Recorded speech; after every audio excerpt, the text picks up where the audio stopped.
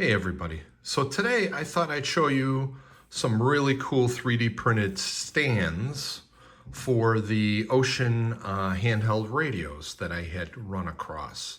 So on my left here is my Wouxun KG-Q10H. This is a quad band ham radio.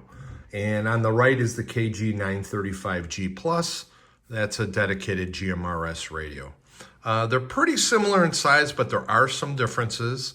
So I ended up going online, I did a search, and out on Thingiverse, I ended up finding a link to this STL file to 3D print this really cool stand that another YouTuber by the name of Ham Radio Dude had put together and put out there for download. I'll leave a link to not only the STL file on Thingiverse, but also to Ham Radio Dude's YouTube channel. It's pretty cool. So anyways, he came up with this, printed it. It's got a slot on the back here that the clip ends up hooking onto.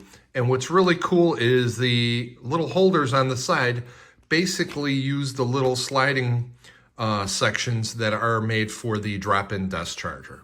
Okay, so ended up printing this one in orange. What I did do was the KG-935G Plus is a little bit different. It's a little bit narrower. I tried placing that radio in the same stand, and the problem was that the width was just a little bit too wide. So what I ended up doing in my slicer, I've got a Bamboo and A1 printer. In the Bamboo Studio slicer, I was able to just simply reduce the width of the model by 2 millimeters. And printed it out. I did this one in black, and this one, it works perfect with the 935G Plus. So it's pretty cool. I end up using these a lot of times, especially if I end up using the Wouxun mic with this one.